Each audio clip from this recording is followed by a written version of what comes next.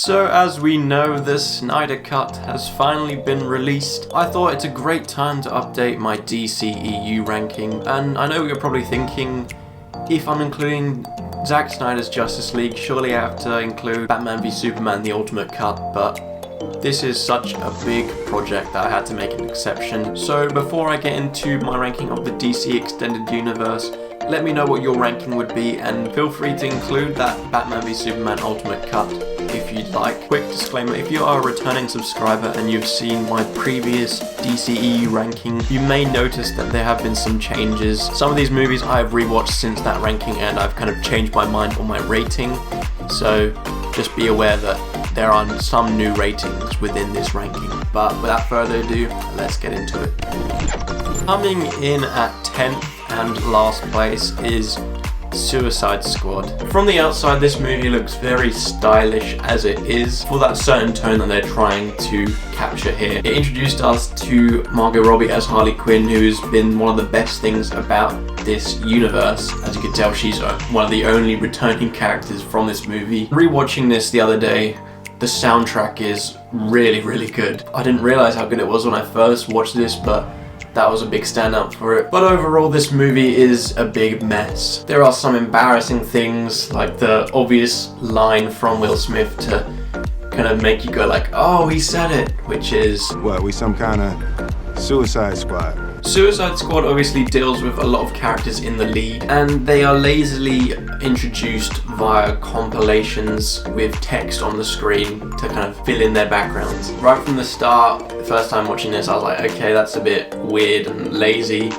but maybe it's just sort of that unique tone they're going for. The whole movie kind of plays out in that lazy tone. And in doing all those backstories from these compilations and the text on screen, it goes on for quite some time, that when it actually gets back to normal, it feels really awkward how long it took introducing these characters. And even with these characters, they don't get much development at all, other than Will Smith's character Deadshot and Margot Robbie's Harley Quinn.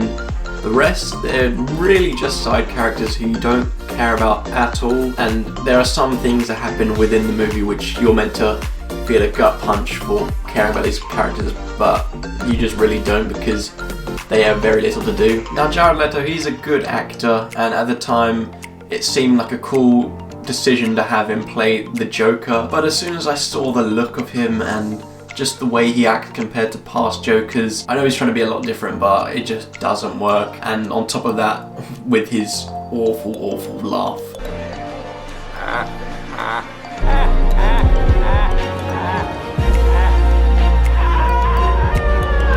Not only does Cara Delevingne feel really miscast, but the villain itself is generic, lame, and it doesn't really suit this type of movie. She's easily one of, if not the weakest villain in the DCEU, and that just caps off a really messy movie.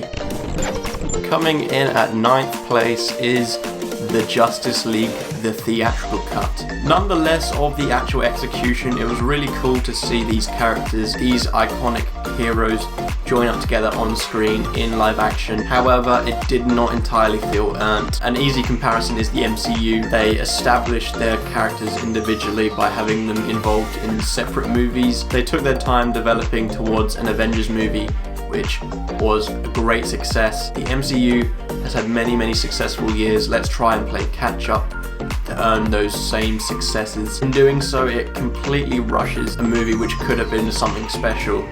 I'll get onto that in a bit. It glosses over so many characters, especially the Flash, Cyborg, and even the characters we do know, it changes them up, like Bruce Wayne. With the plot, it just feels like it's jumping from one place to another to try and execute these certain things. It is ridiculously rushed, and nothing at all is that enjoyable about this movie. And as well as the script, it was really hard to listen to at times. The plot on paper is big, as it should be. It's the end of the world at stake, but because there is no build-up which is executed well, and everything is rushed through, as well as having a really generic and poor-looking villain, you don't really feel those high stakes, so it just feels like an underwhelming superhero movie, which is not what the Justice League deserves. Coming in at 8th place is Wonder Woman 1984. To be fair to this movie, it was a lot more ambitious than I initially thought it would be, and the return of Chris Pine was very much welcomed as he brought some good laughs with it. But another DCEU movie which is a big mess. It is a really frustrating movie because there are plenty of big things that happen which aren't acknowledged in previous DCU projects. There's things which are introduced which she learns about herself, and that just really shows that they are making stuff up as they go along. The dialogue was laughably bad. I watched this film in cinema with my friend, and some of the things that were coming out of their mouths, it really had us shocked at how bad some of the things were. A child could write some of the things. Not only the dialogue, but they could also write some of the plot, because it had so many holes in it where there was lapses of logic that were meant to just brush off. Things are on paper kind of simple, straightforward, but some decisions have just made it overly complicated for no reason. It's almost as if too much happens that makes it overcomplicated. And once again, you look towards maybe the villains and the action could provide some entertainment. Even though Pedro Pascal and Christian Wiig gave it their all, the characters were written to be really underwhelming as well. And for the action and CGI, it looked really poor and generic. Overall, with this movie, going into it, I actually didn't have high expectations. Once I saw how ambitious it was, I was like, oh wow, there's a lot more to this film, which initially met the eye or was shown in the trailers, but it crumbled, and it's one of those movies where watching it back, it was worse than I initially thought. Coming in at 7th place is Birds of Prey and the Fantabulous Emancipation of One Harley Quinn, a movie which its title should not be that long. On a positive side, we obviously see the return of Margot Robbie as Harley Quinn, and she thrives being in the lead role and really makes this character lovable. Some new additions from Ewan McGregor and Chris Messina as Black Mask and Victor Zsasz was very welcome, as they performed very well in those roles. It has to be said, this is some of the best hand-to-hand combat we've seen in this universe. From my other picks, I have criticized some of the action, but here it was brilliant and it was really creative at some points. But on a more negative side, this title is quite misleading. It says about the Birds of Prey, which is obviously this female group of DC characters. However, there is little to no chemistry between each of these characters. So the reason the title is misleading is because the Birds of Prey, they only form together within like the last 20 or so minutes. It's more of a Harley Quinn led movie, so it should be titled Harley Quinn. And now I don't like to criticize individual performances, but Ella J. Basco just felt a bit out of her depth with this movie, especially amongst the other good actors and actresses. I know it's going for that Richie vibe of all these jump cuts and the unreliable narrator, but it just slightly convoluted things and made it quite confusing for my liking. I didn't have too high of expectations for this movie. It did deliver with what I thought it would be like, so I can't really say I'm disappointed, but it's not a great movie. Coming in at 6th place is Shazam. Zachary Levi perfectly captures what it would be like being a kid in a superhero's body. He has this sort of energy where it's really hard not to smile whenever he's on screen. And with the scenario as this kid in this adult body, it does make for some funny scenes, especially when he's trying to buy beer and go into a strip club. Maybe not those things as much, but for the younger audiences, it would be a lot of fun. I can imagine it is. As well as having its charming moments, it does have its moments where it dives into deeper things like Billy's family. I unfortunately didn't enjoy this one as much as many others would. At the time of its release, a lot of its humor contained out-of-date stuff and therefore made it quite hard to look at, especially when he was flossing, because that was like a year old at the time, and rewatching it now, it's even worse because it's been that much longer since that was, you know, a trendy thing to do. Other than that, a lot of the humor did not really land for me personally, and it left me with a straight face. As I said, I can understand for the younger audiences where it would be enjoyable. Overall, the plot and the villain just felt a bit cheesy and generic. I've said that a lot in this video, but it really didn't make much of an impact for me. As it's a purposely cheesy and campy film, I was hoping maybe if they had a villain who'd match Shazam with his humor, they can do so. And I know Mark Strong, he can be serious, but he does have a lot of funny moments in movies. But here he was too dead serious for me, and I don't think it exactly matched the tone. So a movie which, as I said, I really wanted to enjoy it as much as others did, but unfortunately I could not. Maybe a controversial pick, but coming in at 6th place is Batman vs Superman: Dawn of Justice. Now, I've acknowledged that this is a really flawed movie which did fail to live up to its potential. I still think there are a lot of things which make this movie enjoyable. First of all, it was great to see Batman and Superman on screen together in the live action form. Bruce and Clark Kent's rivalry is warranted and feels very realistic of what they both believe in. But yeah, it's very clear that it did not live up to its potential and the execution wasn't 100%. As I've mentioned, it does try too hard to set up a Justice League movie way too soon, and the inclusion of those scenes to set them up feel very forced and out of the blue, which does ruin the momentum of this movie going into its final act. And also its villain in Lex Luthor, played by Jesse Eisenberg, feels very poorly written and miscast. Not to say Jesse Eisenberg was bad, but the way it was written, he was just meant to be this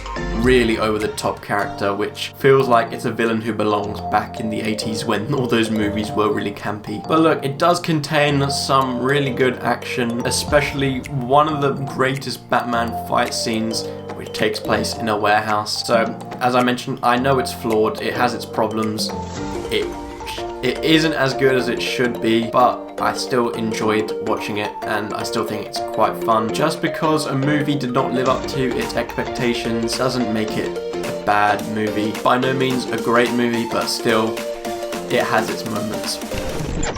Coming in at 4th place is Aquaman. This film is filled with energy from start to finish. It embraces its campiness, and that's what makes it really fun. The plot is very straightforward and it's been done in plenty of other superhero movies, but it feels like a necessary story to establish the character, which, even though it takes place before Justice League, it would have been good to have this movie actually come out before that theatrical cut, as it's just a good way to get to know the character more. Jason Momoa is one of those people who feel perfectly cast as their superhero character, which is one of the best casting decisions in this universe up until this point. There are some fantastic action scenes, not just from the combat point of view, but the way they're filmed. There's this really cool action scene where it's filmed through long shots and in one take, which looks really, really cool. And that ties into the CGI, which I thought was really good. Where it stood out mainly for me is in some of the scenes underwater where, yeah, they can CGI some of the creatures, but when they CGI them in part of a battle, it looks really, really cool and fits perfectly. Nothing really stood out as being poor for me. I enjoyed it all. But as a movie overall, it's not really going to change your view on this universe that much. It can be quite forgettable in this genre, and as I said, I think it would have benefited more if it came before that Justice League movie. But overall, a really fun time, especially compared to all the other movies in this universe. Coming in at 3rd place, I have Man of Steel. The perfect start to this universe, as it's a really well told origin story for one of the biggest superheroes, a much needed reboot as well of the character. Like Jason Momoa, Henry Cavill feels perfectly cast in terms of looks and acting ability for this role, which is once again one of the best things which has happened in this universe. The visuals were really stunning here, especially with some of the fight scenes and how they can go at super speed. It gives some nice detail to Superman's backstory, but it also makes Clark Kent interesting, and perhaps his story I found a little bit more interesting than the actual Superman stuff. Even though it's quite high up on this list, my score is lower than it should be for all the things I'm saying. I can't really place my finger on why this is holding it back from being a higher rated movie, but I think it can be quite boring at points, and it maybe drags and is a bit too long than it should be. I've never been a huge fan of Superman as other people have been, so maybe that's also why it didn't feel as great to me. But there were some things I acknowledged about the character where he completely contradicts some things he stands for and he's very much against, and he doesn't really acknowledge them. So a movie which I can see why plenty of people love it. I think it's a good movie, but maybe not to the same extent as others do.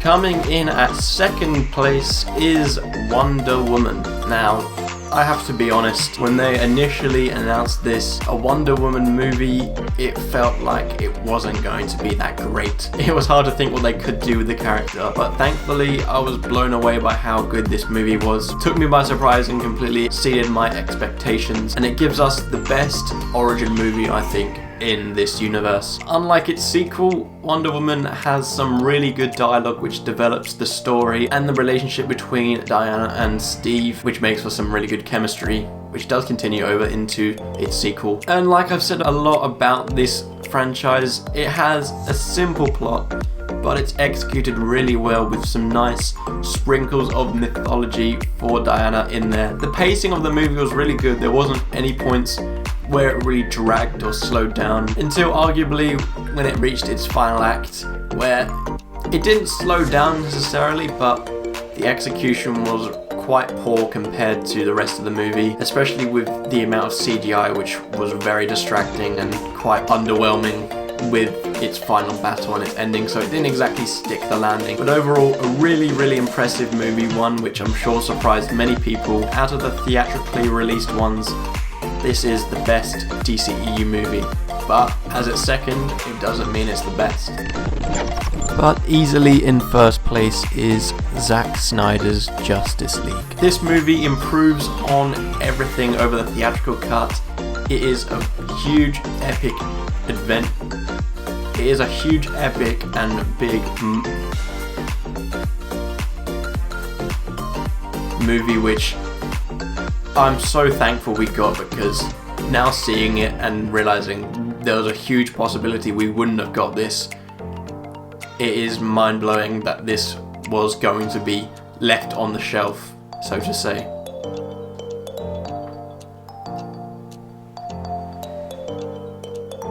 It fixes a lot of the criticism, even though it is kind of the same movie in terms of the overall plot. This movie just has so much more to it and makes every little thing that was included from Zack Snyder's footage in that movie so much better.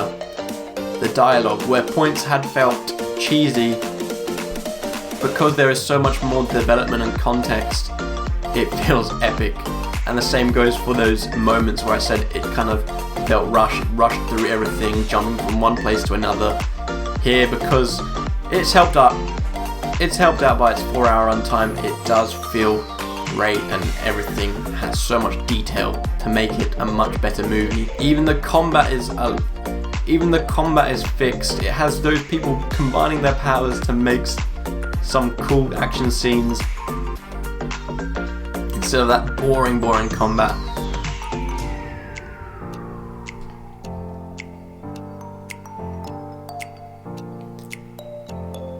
I mentioned things had been rushed with Cyborg and the Flash. They are fixed here. Cyborg gets so much more development on a personal note, his origins, his relationship with his father, and it just really helped me care about the character, which I initially didn't in the theatrical cut. Maybe not as much backstory, but the Flash also got some much needed development, and he was actually a more enjoyable character. He wasn't this annoying person who was used as comic relief. And as all these characters got some more development, their chemistry felt really good.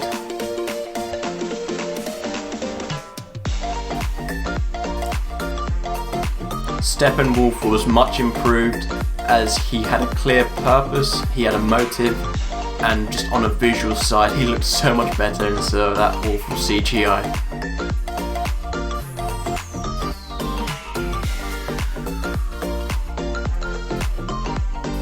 Everything just feels so much better here, but the 4-hour runtime can be a bit over the top. Even though it's split up into 6 parts and an epilogue, it still can be quite exhausting to watch through. And it is an R-rated movie, but I don't think it necessarily benefits too much from the R rating. It could have done more with it, but you know, the lack of R-rated things doesn't take away from the quality, just something that would have been cooler. So a movie which because it is so-called a director's cut. Shouldn't necessarily be on this list, but it's too much of a difference to the theatrical cut, and it's so much better that it deserves to be on this list, and it even tops the list. So that was my ranking of the DCEU, including Zack Snyder's Justice League. I'll reveal my ratings in a second, but before I get into that, please let me know what your ranking would be, and if you could like and subscribe, that would really be great. But let's get into my ratings. So in 10th place, I had Suicide Squad, which if you have seen my previous ranking, you'll know I've changed the rating to a 53%. Another rating which I changed was the theatrical cut of Justice League, which I've slightly decreased to 57%. The other movie which I decreased the rating of was Wonder Woman 1984, which now has a 58% in 8th place, which means it did go below Birds of Prey, which is now in 7th spot, keeping its same rating. An increase in quality in 6th place is Shazam with a 65%. Controversially, in 5th place is Batman v Superman Dawn of Justice with a 66%, which had potential to do a lot better. In 4th place, I have Aquaman with a 69%. In 3rd place, probably disappointing not to have a higher rating, is Man of Steel with only a 71%. And in 2nd place, with a 75%, is Wonder Woman, which was quite easily the winner last time I did this ranking, but easily in 1st place is Zack Snyder's Justice League with an 88%. So a clear winner in the end. Maybe a bit of cheating to include it, but it was a really superb movie. Let me know what you thought of the Snyder Cut down below. But yeah, anyways, I hope you enjoyed today's ranking, and I hope to see you in my next video.